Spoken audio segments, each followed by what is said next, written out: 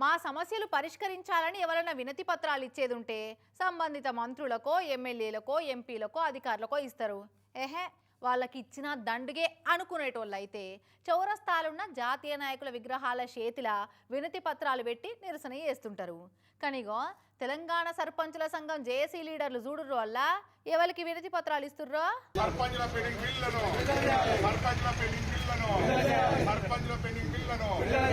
ఆగో చూసి రాగి తెలంగాణ సర్పంచుల సంఘం లీడర్లు ఎవరికి వినతి పత్రాన్ని అందజేస్తున్నారో. పట్నం గోషామహల్లా ఓ గుడికాడ కట్టించిన దున్నపోతుకు సమర్పిస్తున్నారు వాళ్ళ వినతి పత్రాన్ని. అరే అందరు పడతారు ఫోటోలో కానీ జర దున్నపోతునైతే అవుపడియరే అన్నలు జరుగురి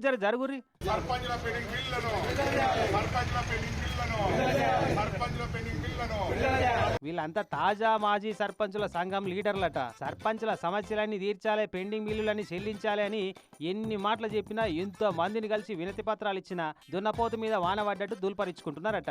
దున్నపోతు నిద్రపోతున్న ప్రభుత్వం మొండి వైఖరి, దున్నపోతుగా నిద్రపోతున్న ప్రభుత్వం మొండి వైఖరి అస్సలు పట్టించుకుంటలేరట. సర్కారులు మొద్దు నిద్రలు ఉన్నారట.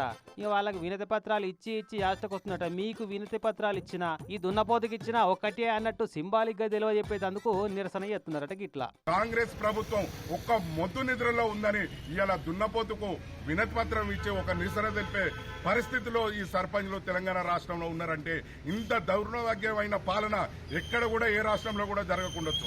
కానీ ఈ తెలంగాణ రాష్ట్రంలో జరుగుతుంది.